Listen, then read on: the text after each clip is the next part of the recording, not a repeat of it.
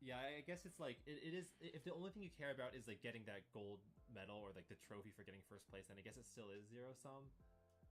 Because you know you could like beat your PR in terms of like the number of strokes it took to get in all the holes, but if you got beaten by someone else, you get silver medal, and then that counts as losing. Yeah, I guess it is. It can be zero sum in that sense. I guess it's more what I meant. More like, it's not like when if one person, like both players can play like exceptionally well, and they can both like the score at the end is gonna reflect that. I guess as opposed to where if it's more like basketball or something where like there's a winner and a loser. I guess in golf there are also winners and losers, but it's not quite the same. It's not. You're not like directly competing against them, right? Someone could be like you could be playing in the final group, and someone could be playing like 3 or 4 groups before you, and you're still competing with them too. You're competing against everyone at the same time. Yeah. No, I agree that like we're all on the same page that with basketball, it's definitely more like a face-to-face, like us versus them.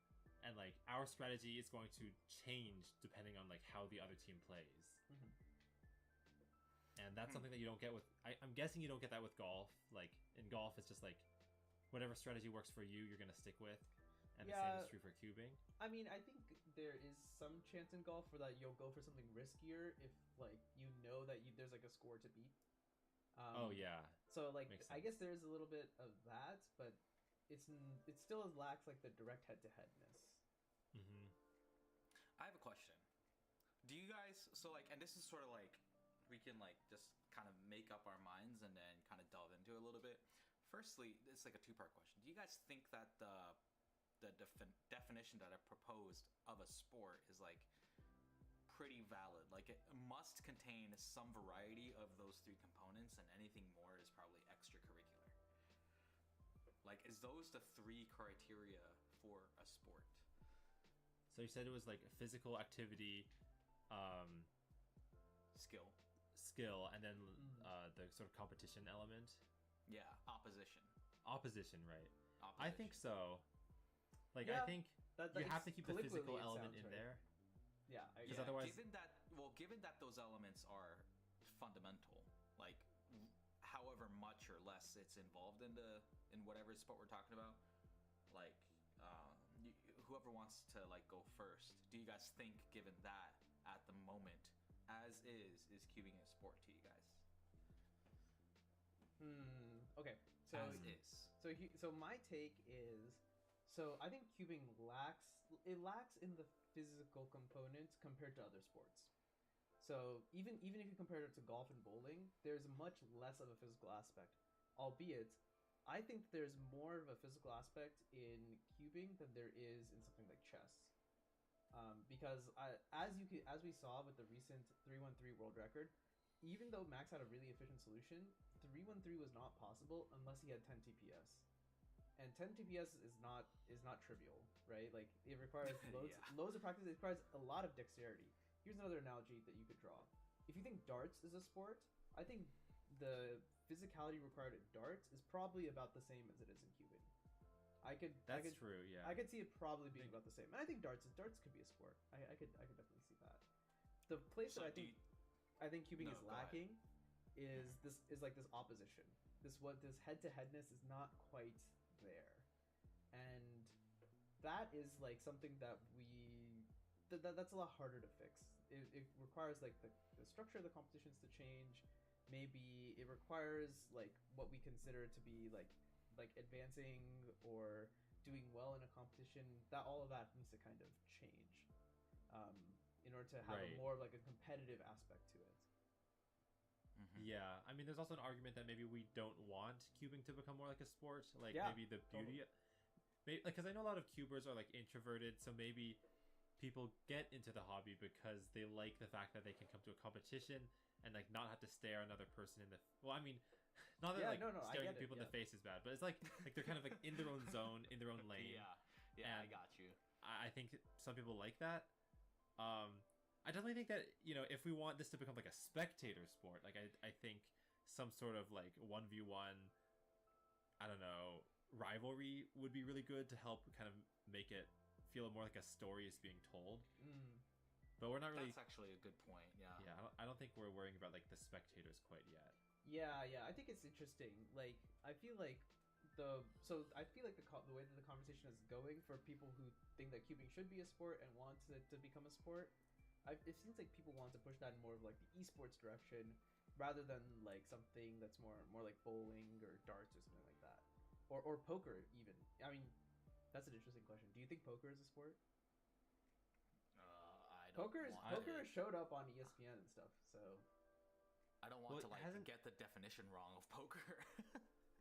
Yeah, like I don't want any like diehard poker players to like. Yeah, sorry, we should know this. It's fine. I just claim idiocy. So is poker a sport? I feel like poker. I feel like poker is considered a sport. Well, if like poker's a sport, then like. Actually, how do poker TV channels make that spectator friendly? Because I feel like that's a game that's like very hard to. Well, I guess I haven't watched it myself, but maybe like the card reveal is what's visually interesting. Yeah, so I've seen things where like, so I've only briefly seen poker show up, but I feel like whenever poker is happening, they have like the super dramatic shots of everyone sitting at the table. Then obviously because they're the broadcasters, they know what everyone has in everyone's hands, right? So they run some calculations, and they're like, all right, this person has this % chance of winning or whatever. They show you some nice stats and stuff. Poker is a very probabilistic game, right? And I feel like it really appeals to people who like to think in probabilities. So I think they throw a lot of that stuff onto the screen, and then they say, okay, well, in order for this person to win, they need this outcome or something. Right. Well, I think the general sentiment that it sounds like we're gathering between the three of us is I think all of us probably agree, and tell me if I'm wrong, and audience, however you feel about this, all of us think that cubing as is not a sport. Does that sound more or less on point? I think so. Yeah. That's a valid question though, Carrie. Like, I mean, do we want cubing to be a sport? Yeah. I'm sure that's a little bit of a controversial topic, but I don't really think it has to be like a sport. Like, that doesn't have to be like the emphasis. See, here's the thing. There's one other addition I want to add to sports. So I think the three things we had are great. We also need like codified rules and regulations, but cubing already follows this, so that I think that's what cubing probably has the like best because you can't have a sport without like dedicated rules and like there needs to be clear like reasonably clear guidelines as to what happens in certain scenarios, but that's not a problem for cubing at least. So I mean that's a good point. I did pull up a definition of sports, which is very interesting, and then I think what's interesting about it is that it actually gave me a different definition. A sport, by definition, is an activity that requires skill in which a person or a team competes with another person or team. Oh, interesting. Like, so it drops the physicality aspect. Well, but like this is the next definition. A game, by definition, means a competitive activity or sport which is undertaken for fun and is played as per set rules of the game. So it looks like there could be some differences between game and sport, and they could be correlated. But I guess that was just like a food for thought thing. But here's the thing. I think in the theory, like we can start theory crafting of like what would be a good way to make cubing more closer to a sport. And in my opinion, I actually think it starts off with some sort of official recognized WCA format of a competitive leaderboard. Yeah, I agree. If you guys are familiar with the Twisty Puzzle Cup, which we did on this channel a while ago, having a leaderboard is a really, really easy way to create competition, but it's still competing against yourself. But you get to compete against yourself against others in a way other than PRs. So like, if in theory, like for example, the FedEx Cup in golf, that's kind of how we modeled the Twisty Puzzle Cup. You can use that as a way to create opposition without having a cuber go head-to-head against another cuber. And I think, as is, if that leaderboard aspect showed up in the WCA format, it would definitely be considered a sport, like bar none. Yeah, I get to expand on that basically. So what we mean by this leaderboard format is basically every time you compete at you go to a competition, you get a certain amount of points depending on how well you did, and that depends on how big the competition was, how well you did relative to everyone else, basically, and things like that. There are also I think the good way to describe this is FedEx Cup ranking points, because I think that does a really good job.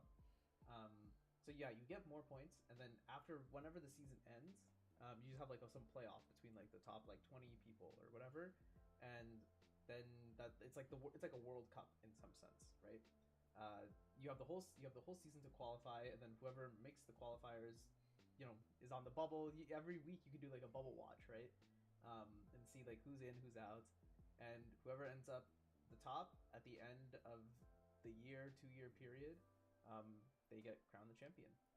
Yeah, and it could definitely create like a lot of differentialities in how the WCA is run. So for example, if it's like a direct correlation to the FedEx Cup rankings, imagine if continental championships were worth more points. Exactly, they totally should in your FedEx Cup rankings. They totally should. So like if I were Max Park, well, should I like grind out like every single local competition that there is, or should I just do 4 a year and get my way up the FedEx Cup rankings, for example?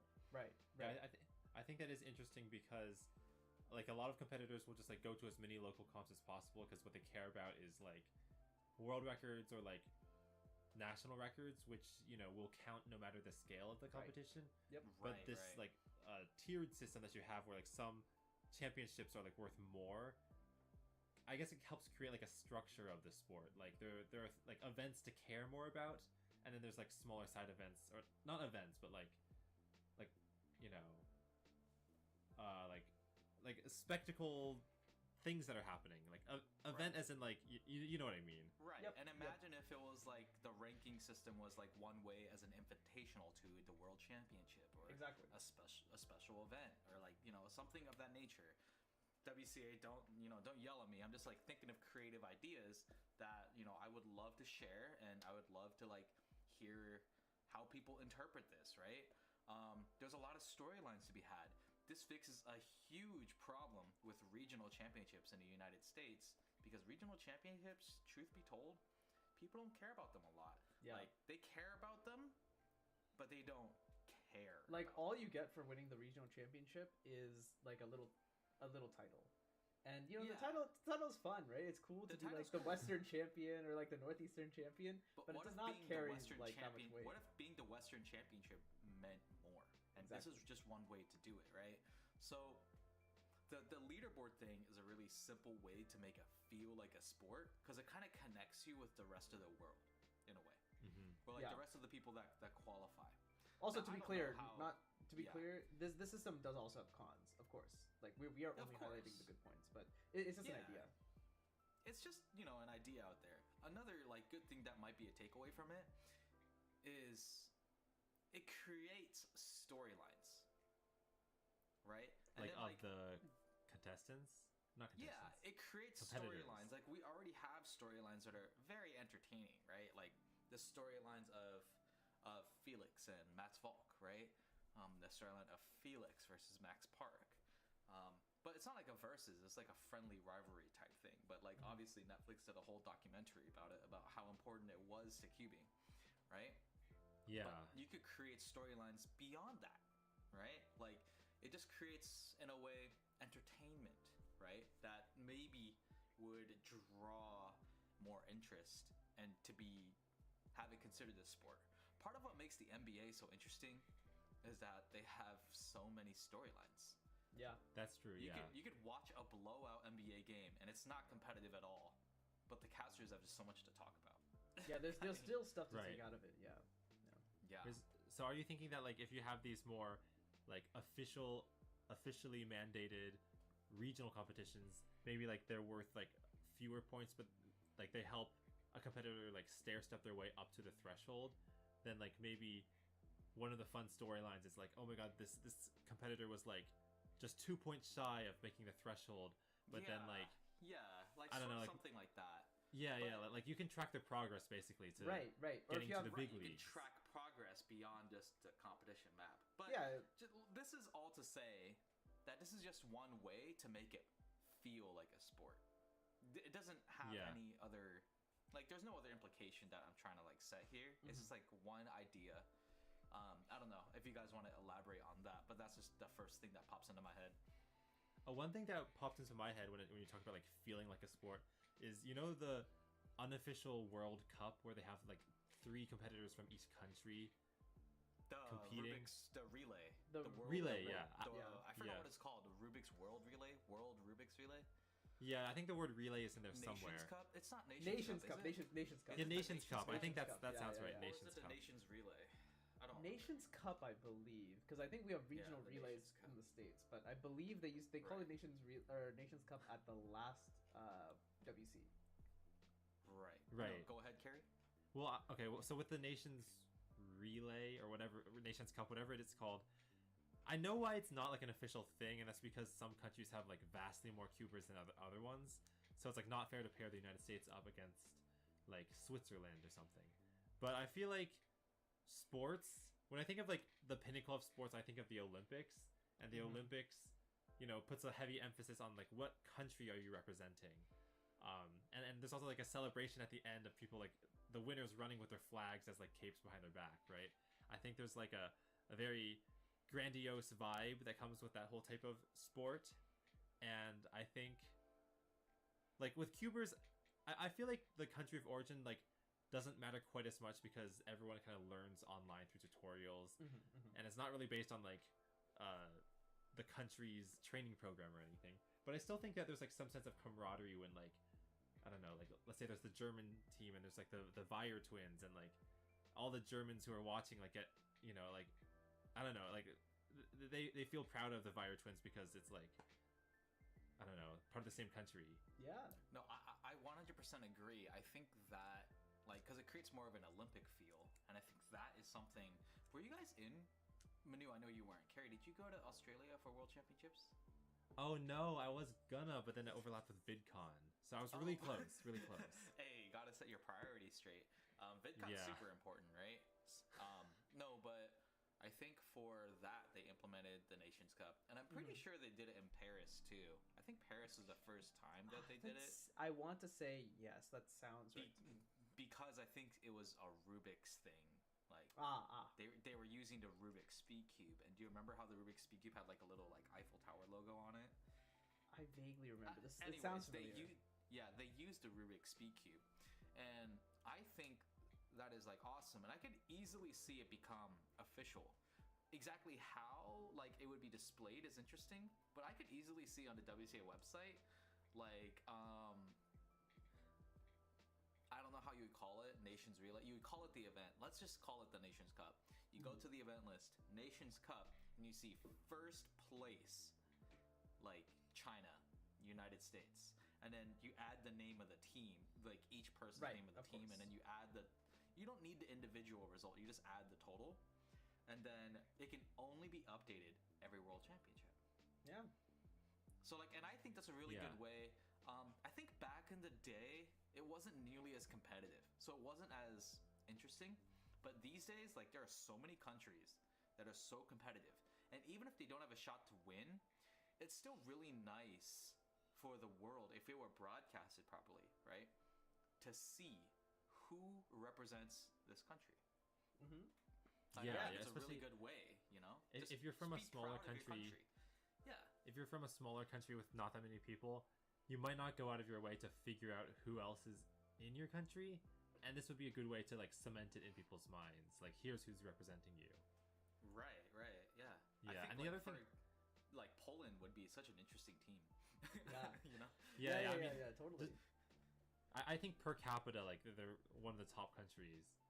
Yeah. I think off the top of my head, I mean, there would be a lot of competitive countries. Like I can already think of obviously United States, China. Those are already going to be very competitive. I think Canada is also probably decently competitive. Several European nations would probably be Canada is very fast. Canada is super fast. Yeah, I think Canada. I feel like Canada gets slightly slept on, but I think Canada is really good. There's Australia, like of quite course. a few sub-6 averages from. I think Canada's. If you pick 3, I think they're pure sub-6. Brennan Lynn. Yeah. Kyle Santucci. Bill Wong. Does he have a sub-6? He might not even be the top 3 anymore. I mean, it I might don't be know. worth it. I mean, it might be worth it to check. You know. Here, I'll check for you guys right now who's top See, 3. we should have known this from doing when we were doing top 100 cubers from last week. Oh yeah, like I know. Bill Wayne got a 592, so he's actually first. And the person I forgot about, Morgan which like he competed in North American Championships and was very, very fast. So like I guess this is like another way to make teams feel. It's another way to make cubing feel like a sport. I 100% agree. Yeah. Putting like the nation aspect into it, definitely. I think it builds like a sense of like you guys were mentioning like the nationalism, the camaraderie, the storylines again, right? Because it's something, especially if it's something that happens every 2 years, you can see people like kind of like jockey for position in like the national team, if you will. And and you can also say things like, oh, Argentina hasn't like made it to like the semifinals since like 1963 or something like that. With a country, you have that long history that you can go back on. So I guess makes a lot of sense. These are all like things that we could try to do to make it seem more like a sport. Like I guess since we already sort of answered the question itself, is it cubing a sport, and then we concluded it was no. So like here's our ways to change it into a yes, I suppose. Yep. And then here's another topic which I want to talk about because I think it's important. So like, do we want to turn cubing into a sport? I think the three of us are kind of like yes, but I think it's also interesting to talk about why it may not be such a good thing. And I think one thing that comes to my mind is cubing has to be one of the most like wholesome, competitive, like sport hobby like what I literally don't know what words I'm saying, but it has to be like one of the most welcoming hobbies out there, right? Because you can just show up and if you want, you can compete against yourself, and that's 100% okay. Like I think all three of us and most cubers would be totally down for like new people to come in and just like just try it out and like have a good time, right?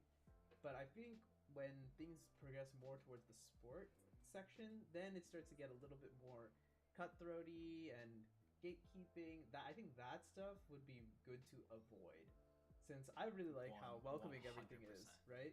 And if we get to the point where like that's I feel like one issue of creating like these like tiers of cubers, having like cutoffs for who like makes it into some invitational or a nations team, then it gets like we're like jockeying for position.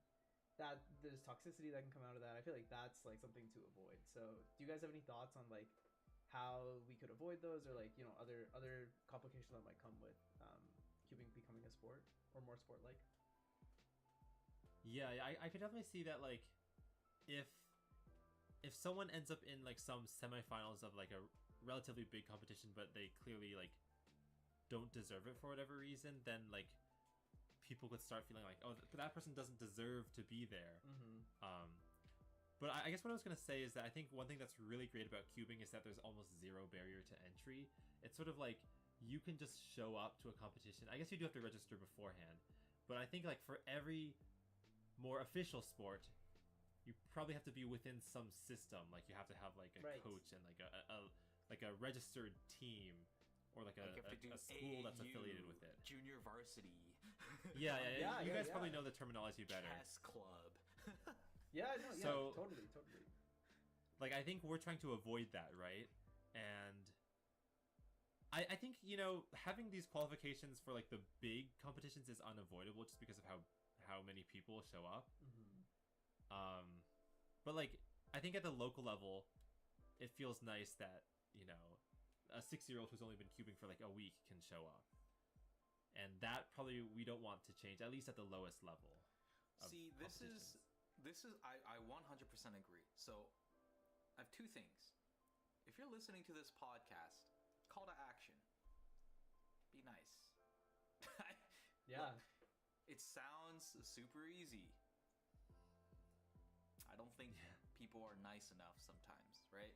It sounds super easy. And we talked about this in a previous podcast episode, I think privacy within the WCA, just about the expanding growth of the WCA and the cubing community, and how we don't want the community to mirror something like Super Smash Brothers. Right. Oh, right? yeah. Right. So, or we don't want to that community to mimic something similar to that. Now, obviously, there's there's an amount that you can control, right? There's an amount that you can control, and there's an amount that's uncontrollable.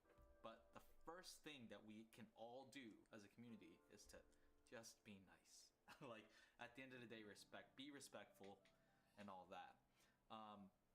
But I think if you ask, I think, some people about what are the fundamental flaws of the WCA, you might hear some people respond that we have one universal experience for a competitor. So I'm not saying we should implement divisions, but for speed stacking, they have age divisions, right? And the reason why you implement age divisions is that you have different experiences for different competitors. The problem with that is that it might create this like weird ladder and weird like barrier to entry that you're referring to, Carrie. Like, honestly, if you're faster than all these guys, you should be in whatever, division you want to be, right? We don't want to have that segmentation of the community, right? That's the really important part and the fundamental value of the WCA. Yeah. But the fundamental problem is that universal experience too. So that's why I think the leaderboard is a really great idea, because I think that the experience can be the same, but if you want it to be different, it can be. Right. Yeah. I guess it's like it's like DLC, right? Like it does not change like the base experience. I'm sorry. DLC. Okay, I'm like, chronic. I think it's a good analogy. Chronic gamer. The leaderboard is downloadable content. Chronic gamer moment. Well, all right. Dude, maybe it's not downloadable, but it's more like, like the. Dude. I'm trying to think of a better analogy. I was gonna say like the icing on the cake, but It's that's a not patch. quite right. It's a patch. Dude, it's a patch or that's something. literally a paywall. That's what we Okay, don't want. no. Free DLC. No. Oh, Dude, free deal. Sometimes there's free DLC, right? Okay. So yeah, so I think it's kind of like free DLC, right? It doesn't change your base experience, right? And there's like this extra option for those who want to like take it a little bit further, who want to like, I don't want to say get more out of their cubing experience, but they're just looking for something else, right? I think there's a world where both of them could coexist, and I think that will help definitely keep the toxicity out of it. Because I think one decent way I think to beat toxicity is just be like, just remind yourself, hey, this is a game, right? Or like, it's just a hobby. We're doing this for fun. But I think when it turns into like more sport and there's more of the competition, the scale, It's harder to make that. Yeah. It's harder to say like this is just a game or like a toy. Right. Where like, let's say you're at Nations Cup, right? You're like you're competing really hard for your country, right? Then it's harder to say like, oh, like it's just a silly toy. Like who cares? Like no, like I'm like it's for my nation, right? Like my nation's for my nation's history in cubing, which people care about. So yeah, I think on one hand, like we want people to feel proud when like they did good for their nation. It's like they want to feel like responsible for their nation's victory. But on the other hand, like I feel like all of this is also adding pressure, because if a cuber like messes up and fumbles on PLL, we don't want everyone to be like, true, oh my god, you just let down all of Canada, and like because this is like a serious sport, like you should feel bad about that. I mean, no one says that even in real sports, but I'm sure like that those feelings exist like in the Olympics, so I guarantee you people have this emotion for players on certain teams when the teams do not do well. As someone who's like watched cricket for like 15 years or whatever, this definitely happens. We definitely are like, yeah, this guy was completely useless, and even though like they're an extremely skilled player, right? But like if we were in their position, we would look laughable. Yeah, exactly. Yeah. And I think I say just be nice. Yeah, just be nice.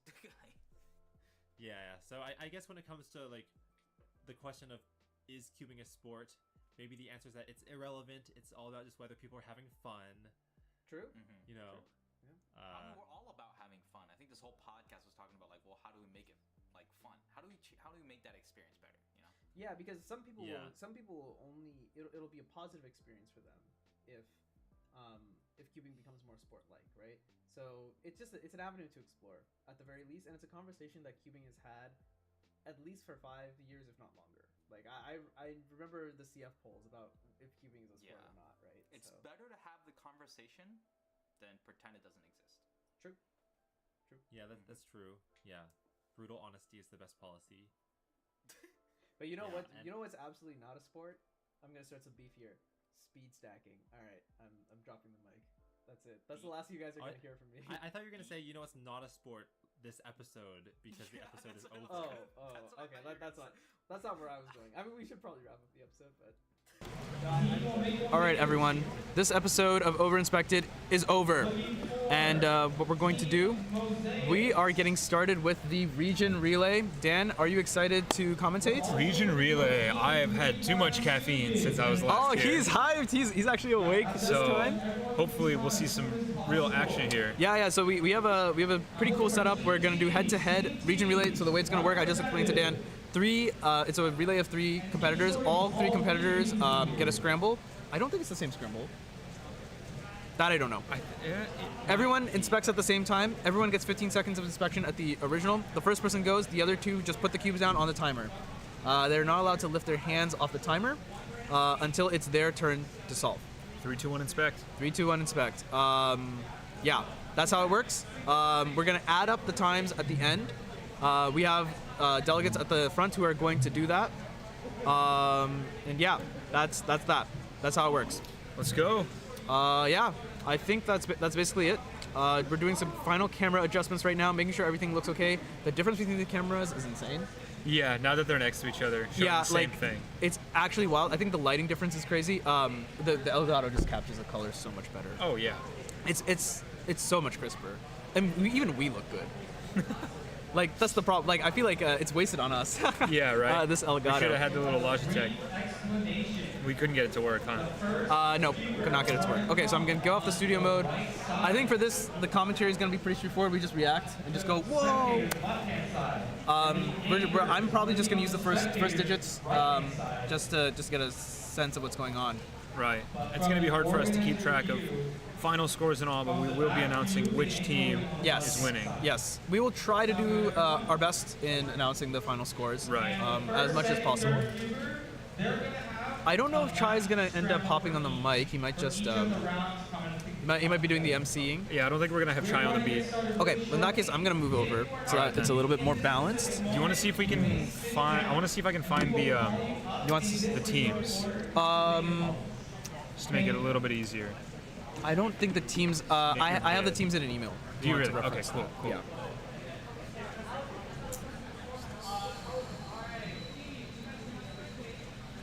Just so we know which team is which. Yeah. Because Chai's gonna announce them as like their names and. Well, we might be talking and all. That's also true. Babbling on. Relay, as we do. All right, here's the final team list. So we have 8 teams.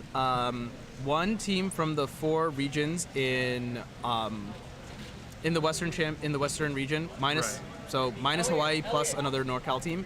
And then we have 4 visitor regions, 1 from Southeast, 1 from PNW. Do we really? We have a PNW team? Yeah. Okay. I think that's team. Look who decided to show up. Sorry? The runner?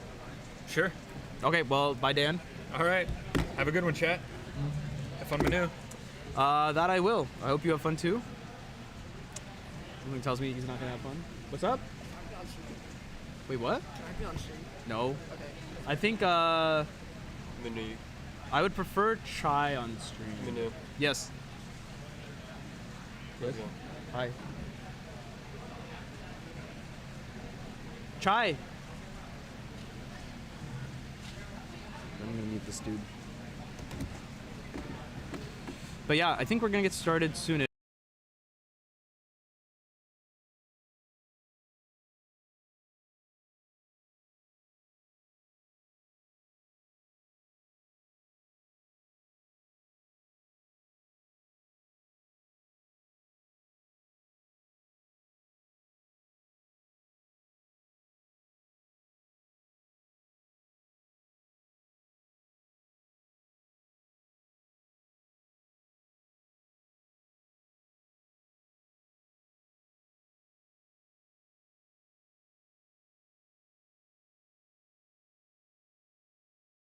I had this off for a sec.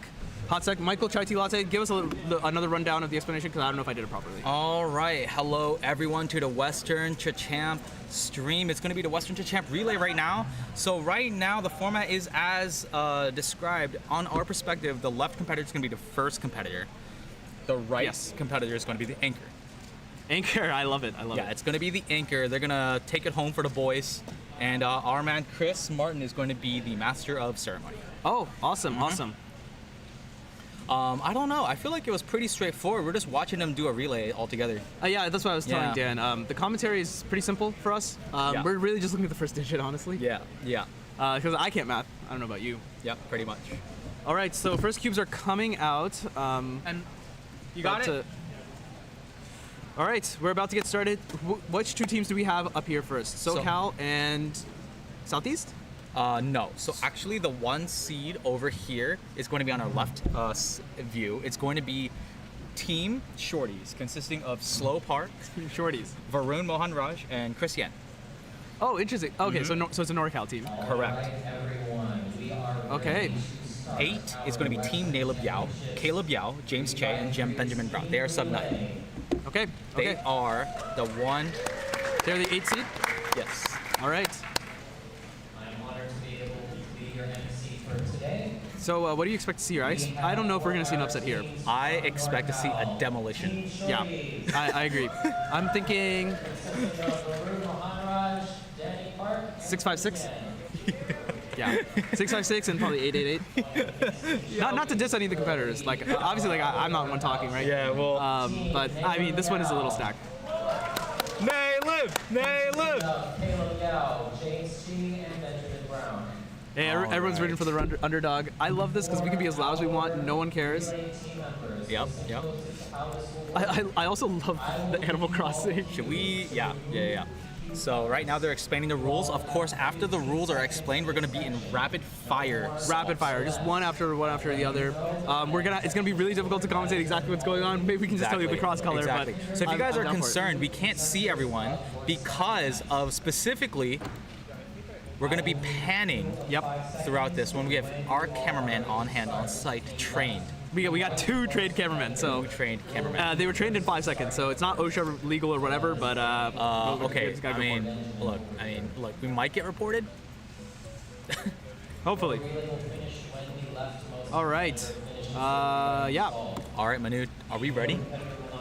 I'm heckin' ready. I'm so ready. You know for what the I'm trying to content, say, baby. right? I'm so ready for the content, baby. All right. This is what I live for.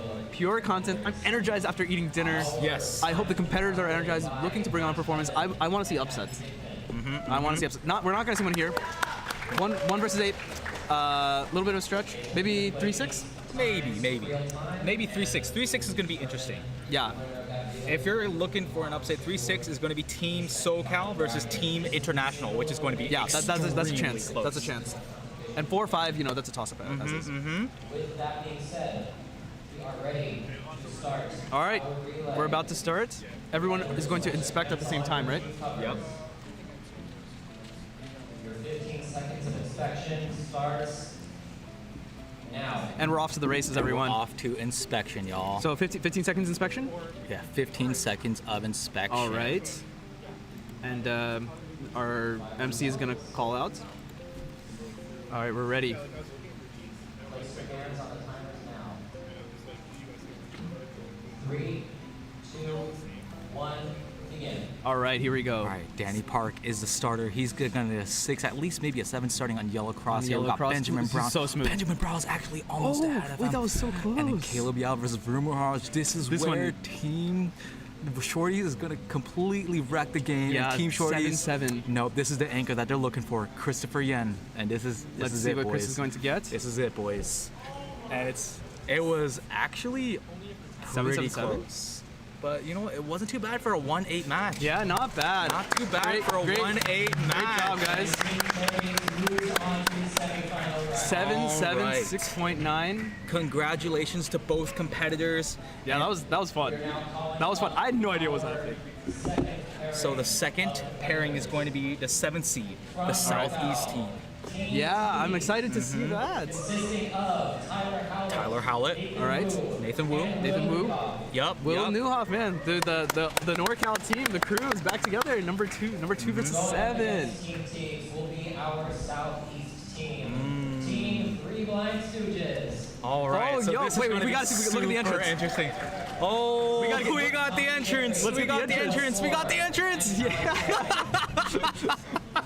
Oh my goodness. Oh man, there we go. Noah coming this in is going on to be a extremely epic here. Yeah. This is Oh, actually going to be yes, quite yes, intense. yes, We're yes. not really sure exactly what to expect So here. just because they're number 7, I wouldn't count them out. They're number 7, but you know what? They're number 7 based off of division seeding. Yeah. Because they didn't get a chance to actually claim anything within a division seeding basis of all Right, qualifications. right. They have to be a 7 seed. Yep. Which means they have to go against a really But fast they're team. super underseeded. Super underseeded. I'm really excited to see I am what's gonna so shake excited. out here. Yeah, this is insane. So to let's me. see. So starting up for the Southeast team, we got this is the lineup as you see it right here. We got Tommy, Noah, Calix. Solid, absolutely solid. What's up? They're just look at them. Just the blank stares. Yeah. Oh my God, this is not right. This feels a little bit uncomfortable. Yeah, a little bit. Let's look at the lineup for the NorCal team, the home team favorites. Candid camera. All right, so we got Tyler leading, then Nathan, and as the anchor we have Will Newhoff. All right, this is gonna be a juicy one. Are we placing bets? I gotta be honest. NorCal. I think there's gonna be an upset. I'm going Southeast. On the 2-7. All right. I'm going NorCal. They're the homeboys. All right. It's time. All right, inspection is about to start. Let's see if any of them find anything crazy. Not impossible. Maybe I'll find something crazy. By the way, we got a huge turnout here. Oh yeah? Huge turnout. Oh yeah. There's loads of people there. I'm super excited for it. Manu.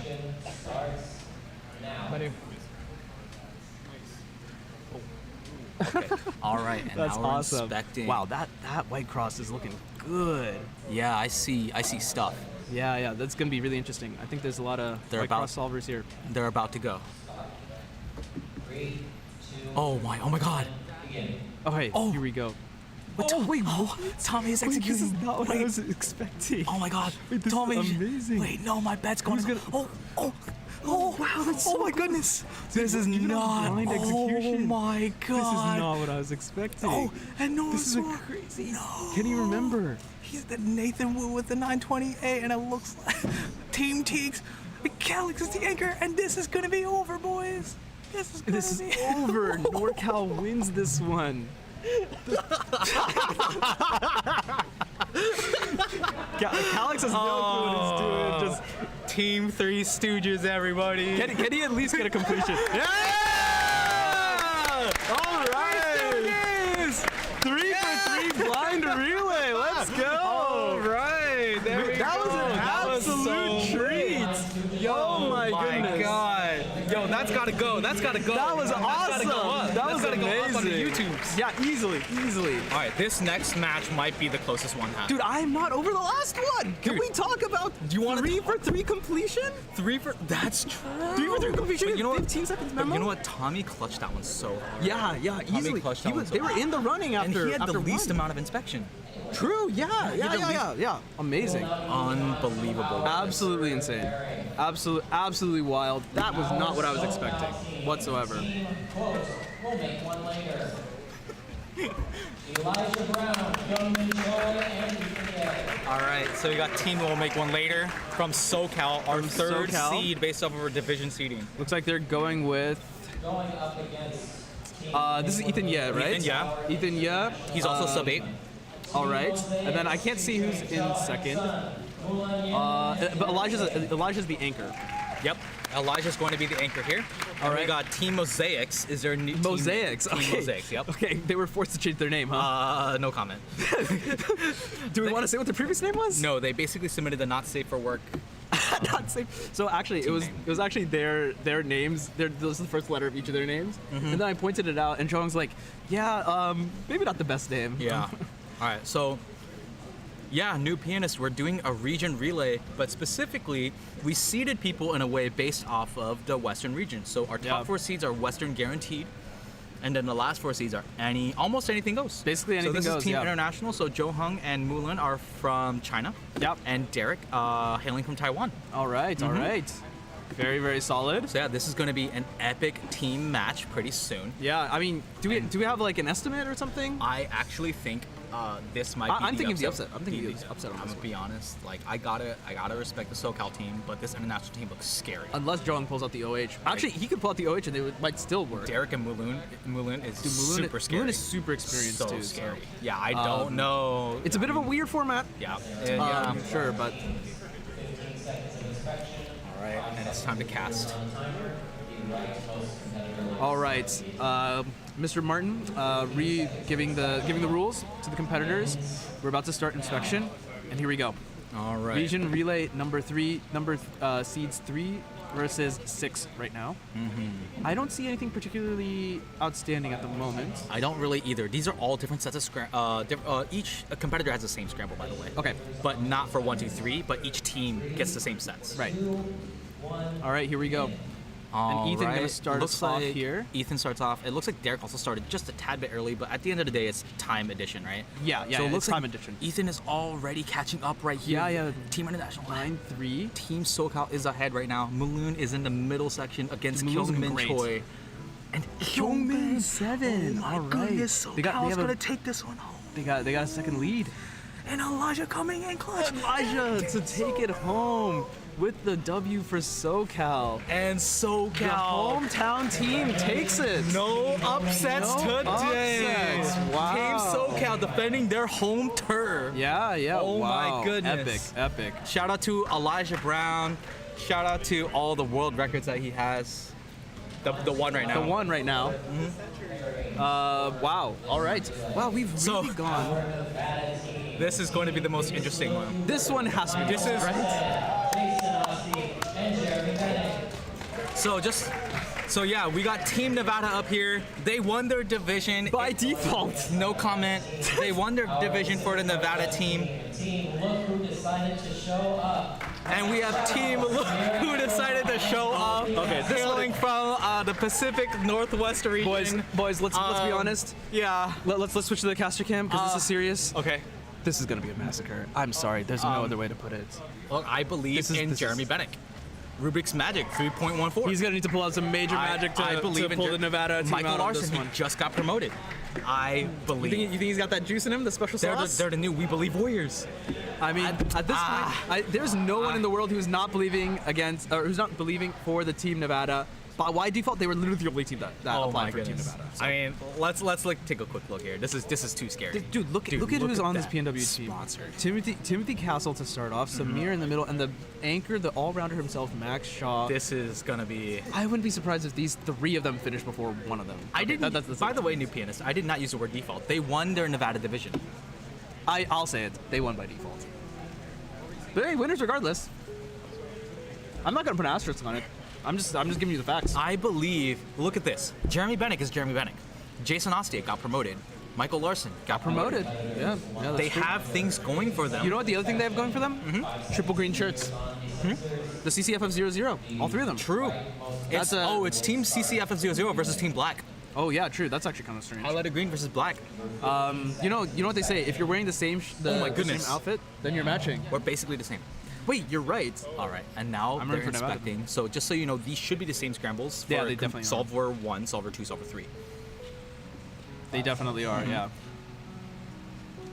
Samir finishing his inspection. Right. Timothy finishing his inspection. Jeremy taking an extra second. See, Timothy's a slow, but he's super fast. All right, here we go. Let's see if Jeremy Timothy can pull out sub it something anytime crazy he here. wants. Timothy's looking great right now. And Timothy's on OLO, POLO, and he's going to get an 8 second solve. Yeah. And Jeremy not going to get Jeremy's it done here. 11 second solve from Jeremy. +2 from Jeremy. Oh, I don't know how we're going to count against and that. Samir is just going to... Samir also going to get an 8. Actually, not the best solve there. Not the best solve for Samir. Let's see what Max can do. Max, another +2? Oh my. Team +2. Team +2? I think Larson did +2 just for the fun of it. You got a +2. Hey, Larson, you got a +2 here. Yeah!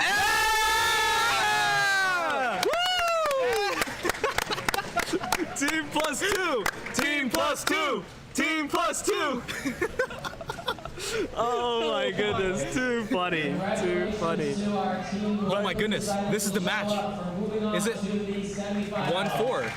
1-5. Oh, they're gonna have to 1-5, but they're gonna have to do 2 versus 7. Wait. No, 2 versus 3. 2 versus 2 3. versus 3. So we got the upset we were looking for. Yeah, 2 versus 3. The upset in the seeding. Hey Chris, 2 versus 3. Yeah, 2 versus 3 first. 2 versus 3 first. Oh. Alright, Chai's gonna go fix that problem while we go on to the semi-final round. As you can hear from Mr. Chris Martin himself, 2 versus 3 seed, which I don't know what the teams are, so I'm looking that up. Alright, hello, Benjamin says hi. You guys did a great job, by the way.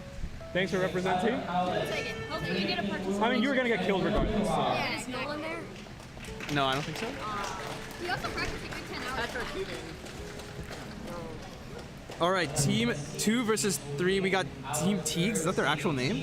I don't know why they decided to Team Teagues. I have no idea what that means. This is man, this is it. Let's do the little walk-in. Is this the tell the tape here? Oh my God. So we got Team SoCal versus team one of the Team NorCals. This is a close match. This one is very interesting. Arguably our closest one thus far. Yeah, I agree. I 100% agree. I got nothing. You got nothing? I'm gonna stick with I gotta go for the hometown boys. I'm going for Team SoCal. All right, there we go. I'm going for Team SoCal. I think it's a good even 50-50 split right now. I like that. Yeah, Yep, it's good. yep. It's good drama. Drama is always my favorite. I agree. Don't quote that out of context. I do live for the content though. I'll take live that. for the content. We've said that several times. You know. Several times, and we can't take many of them back. Okay. I feel like we're going a little bit out of pocket here. Let's focus on solving, shall we? Yeah. So region relay 2 versus 3 semifinals. This is a big one. This is pretty big. They both submitted. They both submitted results. They were 2-3. They were both 22 seconds in terms of total average. Wow. All right. Barely edging each other out with like milliseconds apart. Okay. Yeah. So this is exactly how close. So on the paper, this is the closest. Mm-hmm. Milliseconds apart, huh? Something to keep in mind is that Three Stooges best team. Honestly, I love the sportsmanship. You guys did a great job. Yeah, correct. But also just something to keep in mind. I believe Team NorCal has a bit more color neutrality. Okay, so that could play. That could play. It could play to your detriment, though.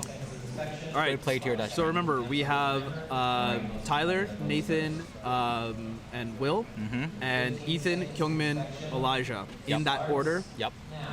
And here we go. Right, we're starting out with inspection. Do you see anything here, Manu? That white looks kind of sexy. That looks like a bit of a blue block. Big blue block, but I don't really think anything's actually going to happen. I don't think there's anything going to happen with that. I think white is maybe the only chance. White's probably where most people are going to start here. Yeah. At least, but remember, the next people don't even have the same scrambles. Right. All right. Let's so see what we got this here. is Ethan Ye right here, and then the middleman is going to be Kyung Mini, to answer your question, Brandon True. And it looks like Tyler Hallett on PLO. They're both on PLO right now. Ooh. And this is super close right now. So close. They're neck and neck. Okay, they're really close together. We got Nathan Wu, who also has a sub-7 average here. So technically faster than Kyung Mini. Oh my goodness. They're right neck and neck. It comes down to the anchor. They're U.S. Nationals 2019 finalists. See? Elijah takes it for Team SoCal by a hair. SoCal wins it. By a hair. And Team SoCal takes the cake. Wow. Chai was right. In the team, look who decided to show up. In the closest match we've seen thus far in the region relay. Oh my goodness. All right. And then that did not fail to disappoint. We said that team was close. This next match. Dude, okay, just because they're the number 5 seed means nothing. They are insanely underseeded. 1-5. Insanely underseeded. Oh my god. The 5 seed has a total average of 19 seconds. So the 1 seed has a total average of 19 seconds. This one is this is all about the division. Wait, this is so hype, but that means that the final is going to be slightly dead rubber unless someone pops off. No comment. We'll have to see. We'll see. There's a lot of nerves This here. is kind of getting a little bit saucy. A little bit? A little bit saucy right now. All in the sauce. I'm all in the sauce. Oh my goodness. All right, and we got. All right, Team PNW. Oh, this is Team Look who decided to show up. Yeah. Team will make one later was in SoCal. Oh, that's right. Yeah. I have a tendency to not be able to keep track of. To be fair, those two are both ridiculous enough that it's fair enough. Oh my goodness, Team SoCal! I still can't believe they won that one. That was so close. It was so hype. It was. It could have gone either way. Could have gone either way, but Elijah clutched it out at the end. Yeah, that was unbelievable. All right, so let's go through lineups. We have Danny coming first. I actually don't know who's in second, so I don't know why. Varun Mohanraj. Varun second. Varun second. Did they switch the order? No, it's always been that order. Okay. Chris is the anchor. Chris is the anchor. Chris Yen, is a great solid anchor. Chris. Chris Yen, a Chris great is an anchor. amazing anchor. And for the team PNW, team look who decided to show up. Starting off with Timothy Castle, They Matt switched. Shaw in the middle. Yeah, now. they switched. And Samir are going to be the anchor. I wonder if they're just going to switch and who's the anchor every single time. I wonder. They're that confident they're going to make it to the I wonder finals. what's the strategy to it. Yeah, I don't know. Maybe nerves. One guy's feeling less nervy. I've never been in a part of a relay. Do you think being the last person has nerves? Yes. Yes. You think so? Yes, I think so. Because remember, it's the anchor. Yeah. this you is put your best in track. You put your best at the beginning and the end. And they expect for this to be a close match. Right. So they had to put in their best lineup. Yep. So we'll have to see. Yeah, you know, so if Samir has the hot hand, you feed the hot hand. in track and field, like the most important person is your anchor. Yes. And you have your you have second to, most is your start. Yes. And you have to feed the hot hand. So whoever is doing well, you give them the ball. Yep. Send the baton over to them. Going to start off with Slow Park and Timothy Castle. All And right. here we go. Now Here's the inspection. everyone is inspecting. So I do believe that team Shorties is going to start out really hot here. Yeah, So I think so. Team Shorties is going to start off fast because honestly, Danny is going to pass by Timothy, but there's going to be a lot to catch up on. Yeah, I agree. That's absolutely correct. 2, 1. Here we go. Okay. Slow Park turning really fast out of the gate. Slow Park, Timothy's looking always good decently DPS. well, too. Ola and PLO right now, and PLO Timothy right now. is now on This is gonna be a PLO, 7. and this is going to be, oh my god, Pretty it wasn't close. that far apart. Within half a second. Varun Mohanraj They're in, and Max. Oh, he's on PLO already. Oh my goodness. Oh my goodness, it's Chris super Yen, close. And this is good. Might be upset city here. Chris is on PLO, and Samir's on. Oh my goodness, what is this? Neck. Oh my god. I see some. And we're waiting for the looks. referees. We're waiting for the referees. And we got Team Shorty! The hometown team takes it over the visitors. Yes, let's go. In a nail biter Oh of my a finish. goodness. Jeez Louise. Woo. Dude, is the sun coming back up? Dude, I don't know. It's getting hot in here, and I So- don't just mean the cubing. Oh my goodness.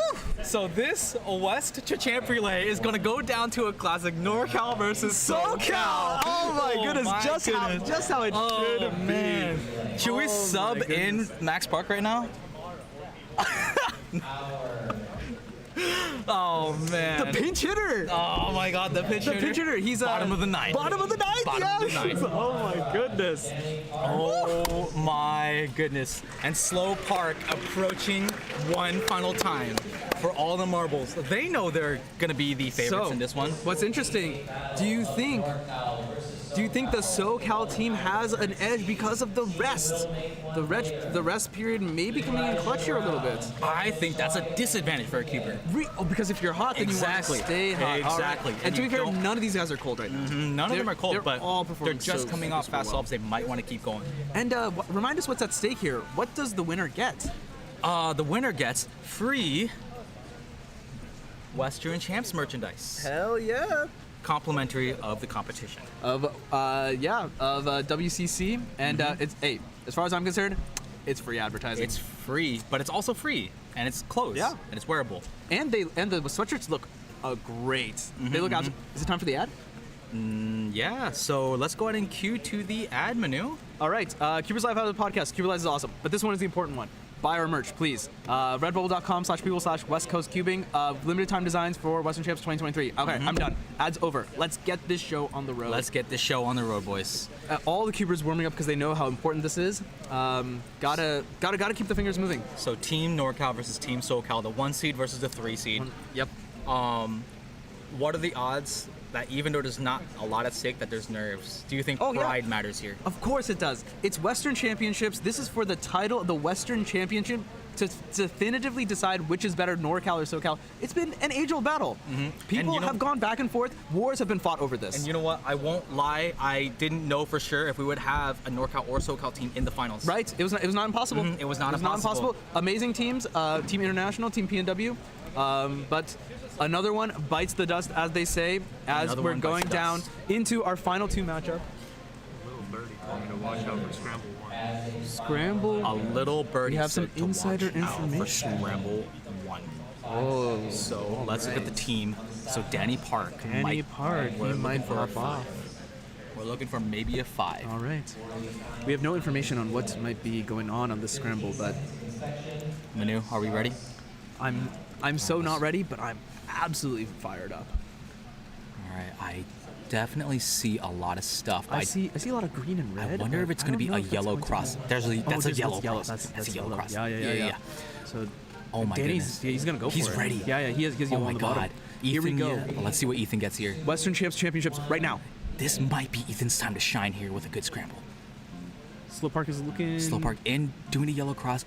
Ethan doing the white cross here. Oh my god. This is actually a little bit closer than we thought it would be. A little bit closer, Kyung-Mini versus Varun. Varun is truly one of the best middles that you can get here. Yeah, and Kyung-Mini, and this might be it, boys. Chris Yen is so solid. He's not going to make a mistake here. I think they've sealed it up. Is one of the most veteran competitors. With 7-7-7, 7-9, 7-6, 7 flats, improving at every single solve. Oh, there's a +2. There's a +2. Oh, and Team there was a +2. Wins. They won with a +2. Oh my goodness. They won with a +2? They won with a +2. Oh my goodness. My. Drama at the last second. Dan, you want to cast? Drama at the absolute last second. But yeah, that does it. Team NorCal takes the win over Team SoCal. NorCal. An absolute classic from beginning to end, I would say. So a little birdie did tell me that the color neutral solution for Scramble 1 there was very easy. But both of them went for white cross. On which cross? The I color don't neutral? know. I don't know. Birdie didn't tell me that much. We only get bits and pieces of information here. Yeah, it only chirps. Yeah, I mean, that wraps up the region relay. Let's do some final analysis / thoughts. What did you think? You had a bit different angle from us. It was very interesting. I think we've seen a lot come from these people in the past, and definitely came out today. Yeah. I think the blind solving was very unexpected. Awesome. Caught me off guard. It was incredible. Absolutely amazing. To get 3 successes too. That's risky. Well, 2.5. Last one took off his blindfold halfway through the solve. Oh, okay. Never mind that. Continued the 3 style though. I'll say that. Okay, let's go with that then. That certainly was take something. We'll take it. In a high pressure scenario, it's not quiet. So. Oh yeah. It's super different environment. But yeah, looks like we're doing some award ceremony. So let me see if I can get you any of that. Yeah, a little bit. Yeah, so for the winners, the nice sweatshirts. Those sweatshirts are fly. Did you check them out? Oh yeah, it's the what is it? The graffiti design, but on a white sweatshirt, right? Yeah. It looks amazing, honestly. I would have bought one had I known about it. And the sweatshirt feels great too. Oh, does it? Yeah. I'm seriously considering buying one. Wait, so if I wanted to get one, like if I wanted to buy one right now, where could I do that? That's a great question. I actually have an answer for you, right here. We're cutting to the final ad break of the segment, everyone. Look, the stream is not possible without WCC, and WCC is not possible without our various sources of revenue, merch now being one of them. Oh, wow. Yeah, so you can buy limited time designs for Western Championships on redbubble.com/people/West Coast Cubing, and we got a ton of other designs too. So I can buy that desk mat. That desk mat sold out today before lunch. We had 10 desk mats. I didn't think they were going to sell. They sold out. Everyone wanted one. It's wild. They're cheaper online than they were here. Oh man, I might have to go online. What about that water bottle there? Can I get one of those too? We don't have the water bottle, but we have the sticker that goes on the water bottle. The sticker that goes in the water bottle. Oh, that's what I wanted actually. Exactly. I didn't even want the water bottle. Exactly. And that hat is fly. In my opinion. Hat? That hat actually looks really good. That's a hat you sell. It's a hat you sell. No. We are selling it. Wow. And yeah, only available through West Coast Cubing. That's a beautiful hoodie. That hoodie is available too. Wow. Good looking hoodie. We just saw the sweatshirts. All that available. What's that? Redbubble.com/people/West Coast Cubing. One more time for the people in the back. Redbubble.com/people/West Coast Cubing. Absolutely correct, Dan. I can buy that? You can buy all of that there. Please support us there. And we have more designs coming out in the future too. Both limited time and new designs. We're gonna update that periodically throughout the year, so please check it out. Really does help us out a lot. All right, second ad. We're talking about Overinspected, the greatest speed cubing podcast in the world. Whoa! Yeah, run by CubersLive, the same people who bring you this live stream. New episodes every Saturday, noon Pacific time. Episode 38 just came out yesterday. 39's will come out this week. You're not going to want to miss either of them. They're very, very good. We have 2 whole seasons to binge. 39 episodes means you got about at least 20 hours of content. So feel free to watch on YouTube, Apple Podcasts, Spotify, all of it. Go watch it. It's a boatload of fun if you're doing groceries or laundry or I don't know what other people do in their normal time, or cubing. Or cubing. Yeah. So with that, that's all the ads I got. Dan, you have any final words to say before we check out for the night and we will see you tomorrow? Stay tuned. Stay tuned because tomorrow is going to be the most fun day. Don't miss it. Big day, big drama, big stream. Big drama. You know how like Ludwig makes like those like titles like big drama, come here. Yeah. Meme lords only. No, not meme lords. Giga Chads only. It's XQC. Oh yeah, I think he stole it from X. Oh, okay. All right, and you know what I'm gonna steal from Ludwig? I'm gonna go peepo poof bye bye. I got a nice little fade to black 1,000 milliseconds, which is 1 second. We will see you tomorrow, everyone.